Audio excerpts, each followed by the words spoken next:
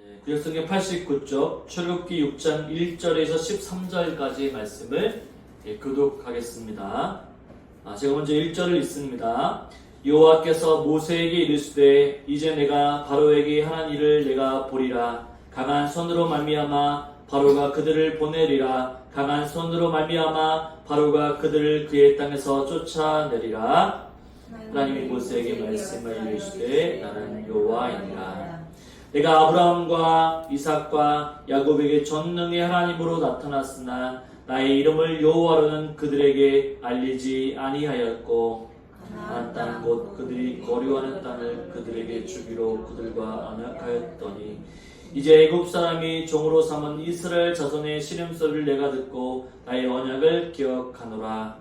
그러므로 이스라엘 자손에게 말하기를 나는 여호와라. 내가 애굽 사람의 무거운 짐 밑에서 너희를 빼내며 그들의 노역에서 너희를 건지며 편팔과 여러 큰 심판들로서 너희를 속량하여 너희를 내 백성으로 삼고 나는 너희의 하나님이 되리니 나는 애굽 사람의 무거운 짐 밑에서 너희를 빼낸 너희의 하나님 여호와인 줄 너희가 알지라. 아브라함과 이삭과 야곱에게 주기로 맹세한 땅으로 너희를 인도하고 그 땅을 너희에게 주어 기업을 삼게 하리라. 난 여호와라 하셨다 하라.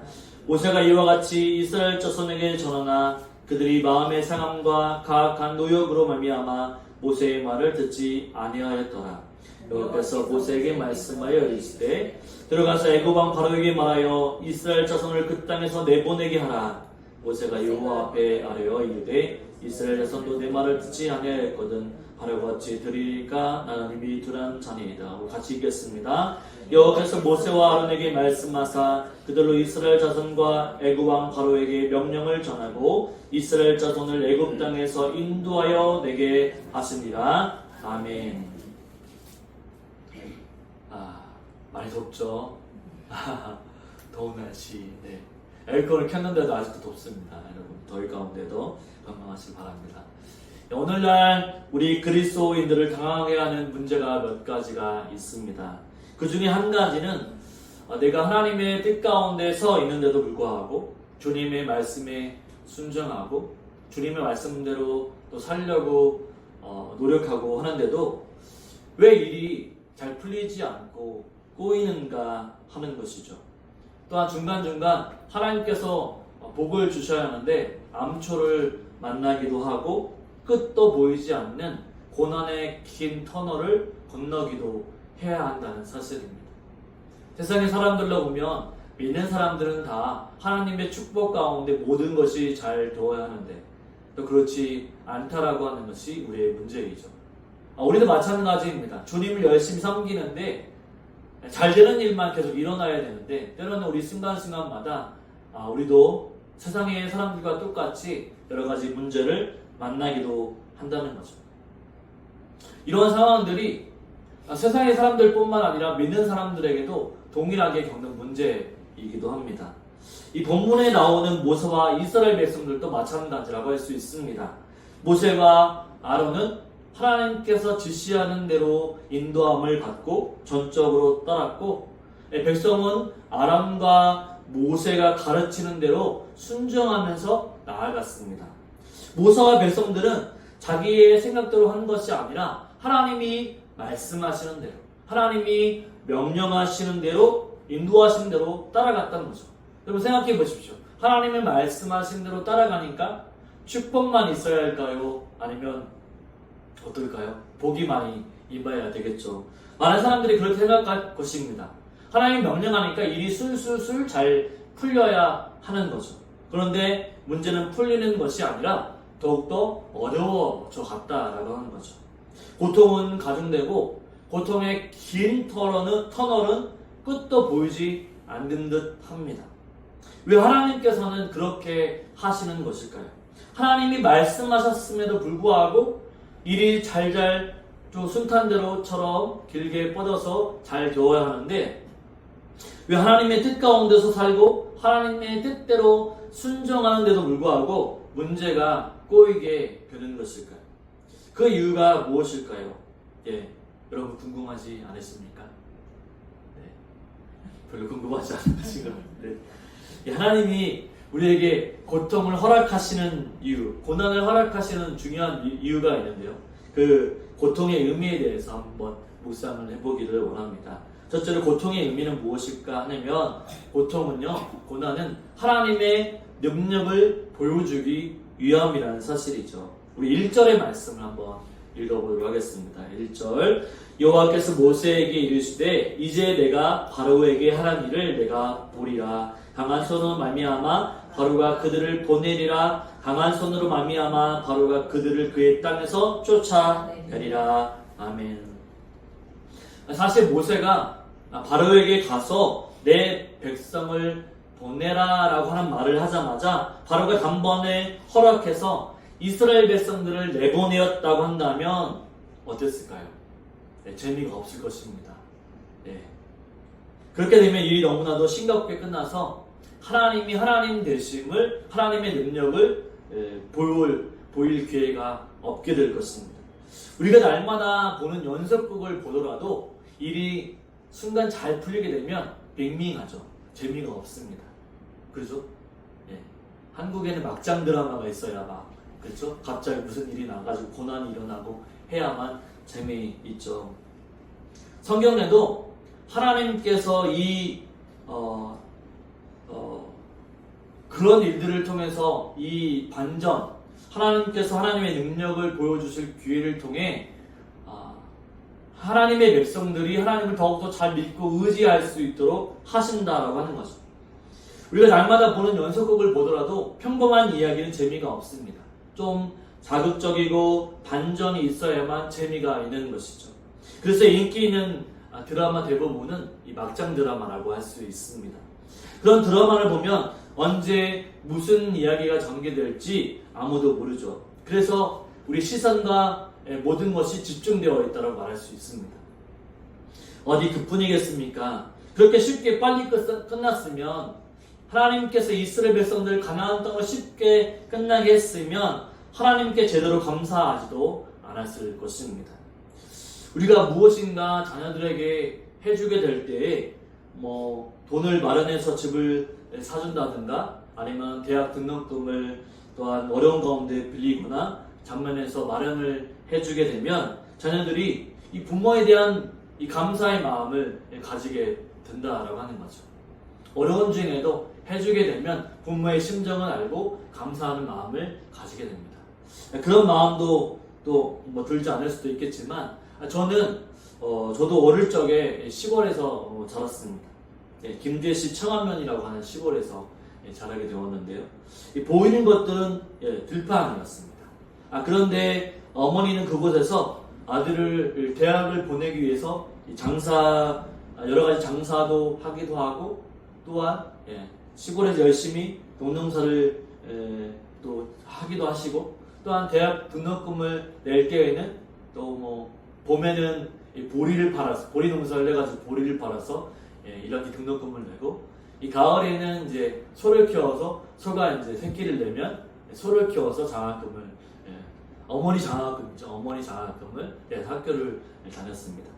지금 보면 그러다 쉽고 그냥 어머니가 다 준비해서 그냥 내셨다고 한다면 감사함이 덜할 수 있지만 그러나 무엇인가 고난 가운데 역경 가운데 하나하나씩 준비해서 주실 때에 너무나도 감사하다고 말할 수 있는 거죠. 하나님은 이런 여러 가지 사정을 감안해서 가장 적합한 때에 우리에게 하나님의 일들을 보여주신다라고 말할 수 있는 것입니다. 하나님은 여러 가지 사정을 감안해서 가장 적당하고 합당한 때에 우리에게 하나님의 자신의 길을 보여주신다라고 하는 거죠. 하나님은 이제 내가 바로에게 내가 이를 보내보리라 라고 말씀해 주십니다. 1절에 보면 이제 내가 바로에게 하는 일을 네가 보리라 라고 말씀하고 있죠. 이 말은 무슨 의미입니까? 이제는 내가 나서겠다. 더 이상 내가 이제 발벗고 나서겠다. 기다리지 않겠다.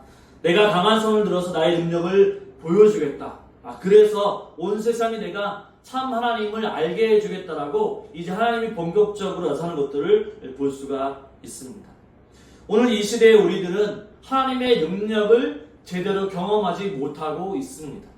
하나님은 전능하신 분이신데 우리는 그분의 능력을 제대로 누리지 못하고 있는 거죠.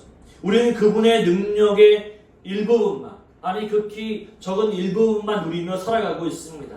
마치 그것이 하나님께서 능력을 다 발휘하시는 것처럼 생각할 때가 있다고 하는 거죠. 이것이 대부분의 우리들의 모습이라고 할 수 있습니다. 하나님의 능력은 무한한데 우리는 너무나도 평범하게 살기 때문에 하나님의 능력을 제대로 누리지 못하고 극히 작은 부분만 하나님의 능력을 경험하고 있다고 하는 거죠. 왜 그럴까요? 왜 우리는 하나님의 능력을 누리지 못하며 살아가고 있는 것일까요? 그것은 나의 모든 형편과 처지가 부족한 것이 없으니 내가 모든 것이 다 갖추었다라고 생각을 하니까 하나님의 능력이 필요 없다라고 생각한다라고 하는 거죠. 하나님의 능력이 없이도 만사형통한데 내가 왜 하나님의 능력이 필요한가라고 생각하기 때문인 것이죠. 모든 게 안정되고 평안할 때에는 하나님의 능력을 체험할 수가 없는 것입니다. 그때는 하나님의 능력이 나타나도 하나님의 능력이 아니라고 인정을 하기가 어렵습니다. 그러나 일이 점점 더 우리 일이 꼬여져 가고 내 힘으로 되는 일이 없고 또한 도무지 해결할 기미가 보이지 않을 때, 그럴 때 하나님의 능력을 통해서 하나님은 우리에게 하실 일을 보여주게 되고 우리가 주님의 능력을 붙잡게 되면 하나님이 그때부터 일을 하기 시작한다라고 하는 거죠. 그래서 하나님의 능력이 우리 가운데 임하게 되면 바로 우리의 모든 상황이 일시적으로 다 바뀌어 버린다라고 하는 것입니다. 대역전 드라마가 시작이 되는 거죠. 저희 집에 아들 하나가 있죠. 저기 뒤에 앉아있는 아들. 처음 보시는 분도 계십니다. 그죠? 이 아들은 우량아로 태어났습니다. 엄마도 4.2kg로 태어났지만 저희 아들은 4.8kg로 태어났습니다. 지금도 키도 크고 몸도 많이 나갑니다. 거의 100kg를 육박할 정도로 나가는데 우리 가정에 문제가 하나 있었습니다. 크게 태어나다 보니까 모든 것이 다 늦어버렸죠. 말도 늦고 걷는 것도 늦어버렸습니다. 남자아이가 12개월 정도 되면, 아니면 늦으면 13개월, 14개월 정도 되면, 진짜 늦었다 해도 14개월 정도 되면 걸어야만 했던 거죠. 당연하죠. 여자아이들은 10개월만 돼도 11개월만 돼도 다 걷습니다. 근데 저 우량아는 13개월 돼도 걷지를 못하는 거죠. 그리고 좀 늦을 수 있다고 생각했어요. 14개월, 15개월 돼도 걷지를 못하는 거예요. 그래서 주변에서는 병원 가봐라, 뭔 일 있을 수도 있으니까 병원 가봐라 라고 얘기했습니다. 그런데 저희 아내와 저는 언젠가는 걷겠지, 하나님이 하시는 일이니까 하나님이 능력을 주시면 그 아이와 함께 하시면 분명히 걸을 거라고 생각하면서 기도하면서 하나님이 이 아이에게 걸을 수 있는 시간을 빨리 활약해 주시고 걸을 수 있도록 해달라고 했습니다. 저희 아들이 몇 개월째 걸었을까요? 18개월 만에 걸었습니다. 18개월. 1년 6개월. 남보다 한 6개월 정도 느린 거죠. 지금도 손발이 다 커서 운동을 잘 하지 못합니다.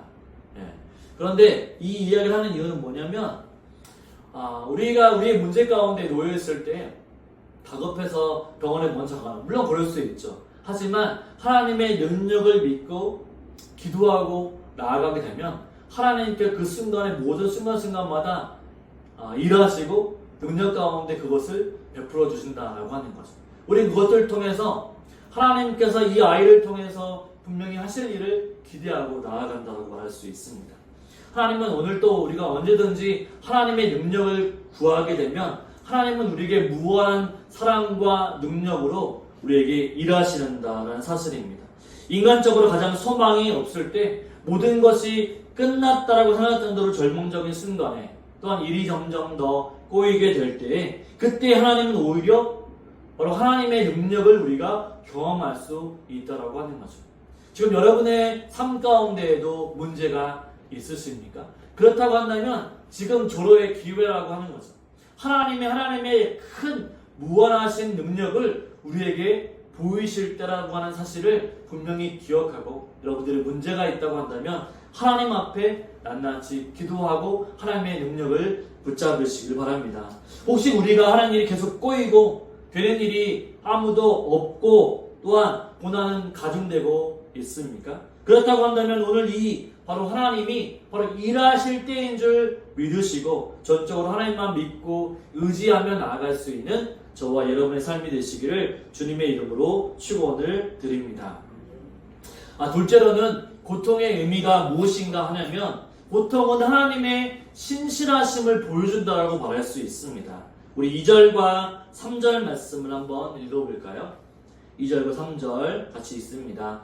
하나님이 모세에게 말씀하여 이르시되 나는 여호와이니라 내가 아브라함과 이삭과 야곱에게 전능히 하나님으로 나타났으니 나의 이름을 여호와로 그들에게 알리지 아니하였고. 아멘. 우리 2절에 보면 나는 여호와라고 했고 3절에 보면 나의 이름을 여호와라고 얘기하고 있습니다. 이 여호와라고 하는 이 단어가 두 번이나 하나님의 이름이 두 번이나 반복되는 것을 볼 수가 있죠. 하나님의 이름 가운데 가장 많이 사용되는 단어가 있는데 엘로힘과 야훼라고 하는 단어입니다. 이 엘로힘이라고 하는 것은 창조의 하나님, 능력의 하나님이라고 하는 뜻이고 야훼라고 하는 것은 언약의 하나님, 약속의 하나님이라고 하는 것을 말해줍니다. 이 야훼라고 하는 이름은 하나님의 백성들에게만 사용했죠. 하나님의 백성들에게만 야훼라고 하는 이름으로 하나님께서 나타나셨습니다. 이 말은 바로 언약을 맺고 지키시는 하나님을 말하기 위해 사용되어지는 단어이죠. 5절에서는 이렇게 얘기합니다. 나의 언약을 기억하노라 라고 말씀하고 있죠. 애굽 땅에서 건져내서 약속의 땅으로 데리고 간다라고 한 약속을 하나님은 반드시 지키시겠다라고 말씀해 주고 있는 것입니다.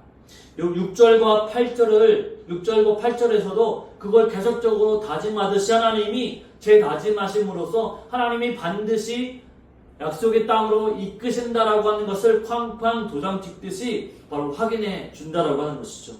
우리가 믿고 섬기는 하나님은 거짓말하시는 분이 아니십니다. 기분에 따라 변하시는 분이 아니라는 사실이죠. 우리 생각해 보십시오.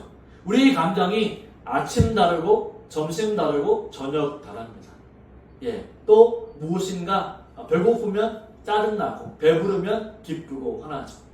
이처럼 우리의 감정은 순간순간마다 변해되고 다릅니다. 그러나 하나님은 완전하신 하나님이시기 때문에 갑자기 변하거나 갑자기 화를 내거나 갑자기 변하거나 갑자기 무엇인가 뜻을 바꾸시는 분이 아니라는 사실이죠.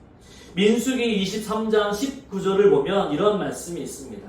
하나님은 사람이 아니시니 거짓말을 하지 않으시고 인생이 아니시니 후회가 없으시도다. 어찌 그 말씀하신 말을 행하지 않으시며 하신 말씀을 실행하지 아니하시랴 라고 말씀하고 있습니다.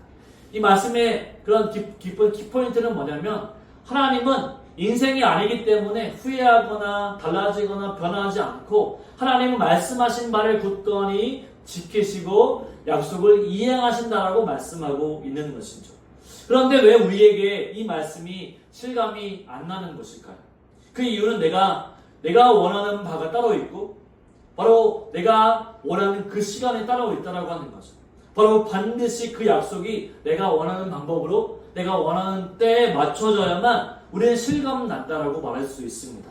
하지만 내가 원치 않은 시간에 다시 말하면 모든 것을 포기하고 싶은 그때에 하나님의 약속이 이루어질 수 있는 절호의 찬스인데 우리는 그때가 아니라 빨리 진행했으면 좋겠다. 아니 이 시간이 좀 하나님의 능력이 빨리 임해서 내 고통이 조금이라도 더 악해지지 않도록 더 깊어지지 않도록 빨리 벗어났으면 좋겠다라고 우리가 생각한다라고 하는 것이죠. 하나님은 극적인 효과를 얻기 위해서 바로 하나님의 때를 기다리고 계신다라고 하는 것입니다. 하나님의 때는요, 우리가 생각하는 것과 많이 다르다고 말할 수 있습니다. 하나님이 기다리시는 거죠.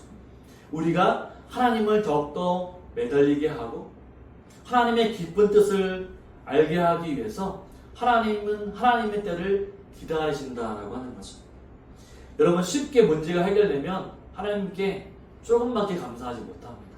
하지만 깊은 고난 가운데 고난을 겪으면 겪을수록 나중에 하나님께서 그 깊은 구덩이에서 우리를 건져내실 때 우리 인생은 변화될 수 있고 하나님 앞에 붙잡힌 인생으로 살아갈 수 있고 하나님 앞에 무한히 감사를 올려드릴 수 있는 것이죠. 만약에 하나님께서 우리에게 약속을 지키지 않으신다고 한다면 어떨까요? 우리의 구원도 없을 수 있고 우리의 미래도 없을 수 있고 천국도 없을 수 있습니다. 우리에게 아무런 것도 부정된 것이 없고 우리는 살 소망도 잃어버리고 말 것입니다. 절망의 깊은 수렁에서 빠져 있을 때 얼마나 많은 믿음의 선배들이 바로 하나님의 약속을 믿고 굳건하게 견디었습니까? 다니엘 같은 사람도 어떻습니까? 하나님의 약속을 믿고 사자굴에 들어갔던 것들을 보게 됩니다. 그럴 때 죽으면 죽으리라. 하나님께 모든 것을 맡기며 나갈 때 하나님께서 다니엘을 살려주신 것들을 보게 되죠. 신실하신 하나님의 약속이 오늘 우리 모두를 절망의 늪에서 건질 수 있습니다. 하나님은 분명히 우리에게 말씀해 주시죠. 내가 너를 잘 안다. 내가 너의 문제를 해결해 주겠다라고 하나님 분명히 약속해 주셨습니다. 그러므로 말미암아 우리는 걱정하지 말고 하나님께 모든 것을 맡기고 내 인생의 모든 문제를 맡기고 하나님께 나아갈 때 하나님 반드시 이루어 주실 줄 믿습니다. 우리 자녀들이요, 지금은 신앙생활을 하진 않지만 우리가 바라고 믿는 것은 우리 자녀들이 믿음 생활을 하기를 원하잖아요. 그죠?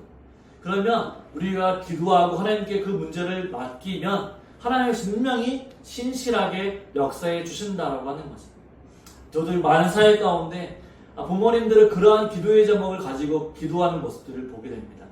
그러면 1년 지나고 또 그런 문제로 2년, 또는 때로는 5년, 때로는 10년까지, 때로는 자신이 하늘나라의 선명을 받을 그날까지 기도를 하지만, 그런데 하나님께서 안 믿을 것 같게 하지만 하나님이 그 이후에도 어떤 순간들을 통해서 반드시 하나님의 자녀로 만들어 가심을 본다라고 하는 거죠. 때로는 내가 죽어도 하늘나라에 가서도 볼 때에도 하나님은 우리의 손자들을 통해서, 손주들을 통해서 어느 순간에 교회로 나오게끔 하나님께서 인도하신다라고 하는 거죠. 그래서 우리는 끝까지 포기하지 아니하고 하나님께 맡기며 나아갈 때 하나님의 신실하심으로 하나님은 우리 고난의 문제, 힘듦의 문제, 우리 기도의 제목 가운데 함께 해 주실 것입니다.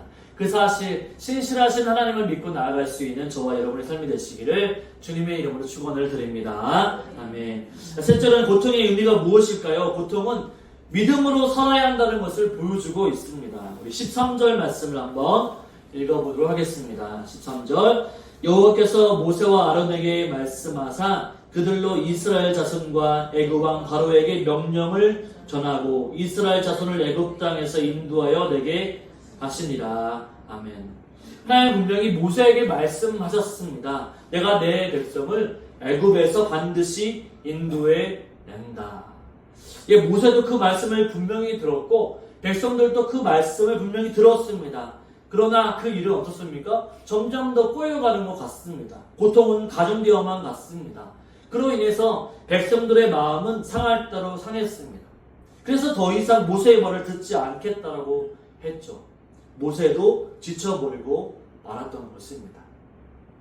하나님의 말씀은 분명한데 현실은 전혀 소망이 없는 것처럼 보이는 것이죠. 왜 하나님의 말씀과 현실은 그렇게 다른 것일까요?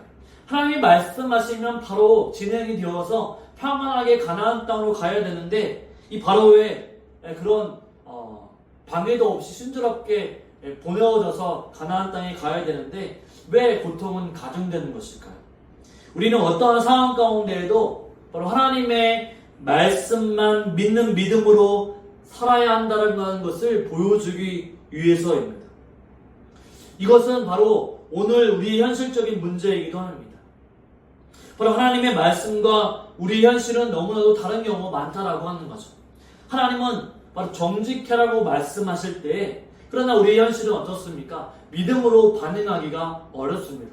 어떤 이익이 있으면 우리가 그 이익 앞에 정직하게 행할 행하는 마음으로 행해야 되는데 그렇지 못할 때가 많다라고 하는 거죠.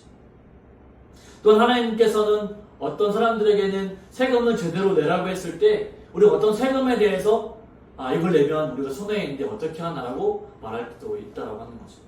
우리 순간에 어떤 때는요 내 것을 내어주고 다른 사람들에게 베풀라라고 했을 때 다른 사람들에게 아니면 형제의 어려운 우리 가족 중에서 누가 돈을 달라고 했을 때 또 빌려달라고 했을 때 우리가 어떻습니까? 때로는 가장 아끼는 돈, 이거 꼭 필요한 돈인데 남에게 또한 우리 친척들에게 주기가 참으로 어려운 것이 사실이죠.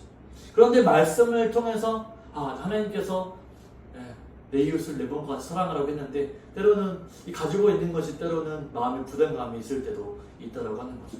하나님의 말씀과 이 세상의 삶의 논리 가운데 우리 마음 가운데는 부딪히는 문제들이 분명히 있다라고 하는 거죠.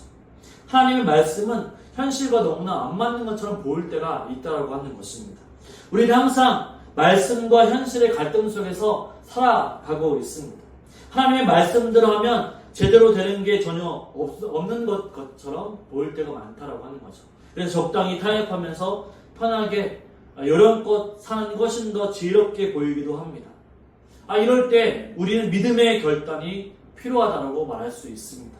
믿음으로 말씀을 믿고 나아가는 것만이 돌파구라고 말할 수 있는 거죠. 하나님이 주시는 말씀, 그 말씀대로 하나님의 능력이 임하기 때문에 그 말씀대로 하면 지금 당장 어려워도 하나님의 능력이 채워주신다라고 하는 그 하나님의 말씀을 믿음 가운데 살 때 바로 우리에게는 하나님의 은혜가 임하게 되는 것이고 또 하나님의 운명이 우리에게 분명하게 채워주신다라고 할 수 있습니다. 현실에 안주하기를 거부하고 말씀을 믿고 일어선 사람은 역사의 주인공이 됩니다. 여러분 한번 생각해 보십시오. 요셉도 그랬습니다. 요셉도 자신의 신앙을 포기하고 바로 애굽의 어떤 그런 애굽의 총리가 되었지만 애굽의 그런 모든 것들, 애굽의 신을 섬기고 애굽의 뜻대로 살아갈 수 있었습니다. 그러나 바로 요셉은 하나님의 말씀만 믿고 하나님과 함께 하심으로 살았기 때문에 나중에 하나님의 역사를 이루어갈 수 있는 인물이 되었던 것이죠. 다윗도 그랬습니다. 또한 다니엘도 마찬가지였죠. 하나님 우리로 하여금 어떤 환경 가운데 있다 할지라도 말씀만 믿고 살라라고 우리에게 말씀해 주고 있는 것입니다. 우리 어떤 고통 가운데 있을 때, 힘든 가운데 있을 때 우리가 의지할 것이 무엇입니까? 사람은 우리가 의지할 대상이 아니죠. 사람은 변하고 사람은 우리를 배신하고 또한 떨어져 나갑니다. 그러나 오직 하나님의 말씀만이 온전히 서 있고 하나님 말씀만이 영원하기 때문에 그 말씀대로 우리가 살아가게 되면 하나님의 말씀을 믿고 살아가게 되면 반드시 하나님의 능력이 일어난다라고 하는 사실을 믿고 우리 믿음으로 날마다 반응해야 한다라고 하는 거죠. 하나님과 그분의 말씀만이 우리가 믿을 수 있는 바로 항상 믿을 수 있는 진리임을 또한 답임을 기억하면서 어려운 환경 가운데 놓였다 할지라도 언제나 하나님의 말씀과 그분의 신실하심을 믿고 그분대로 뜻대로 살아갈 수 있는 저와 여러분의 삶이 되시기를 주님의 이름으로 축원을 드립니다. 성도 여러분, 오늘 여러분이 하는 일이 잘 풀리지 않습니까? 고난 가운데 있습니까? 고통 가운데 있습니까? 점점 더 비관적으로만 보이십니까? 고통의 시간이 언제 끝날지 모르십니까? 이유가 있습니다. 평안한 가운데는 하나님의 능력을 발휘할 수가 없습니다. 고통 중에 있을 때 오히려 우리가 하나님의 능력을 바라볼 수 있는 좋은 기회입니다.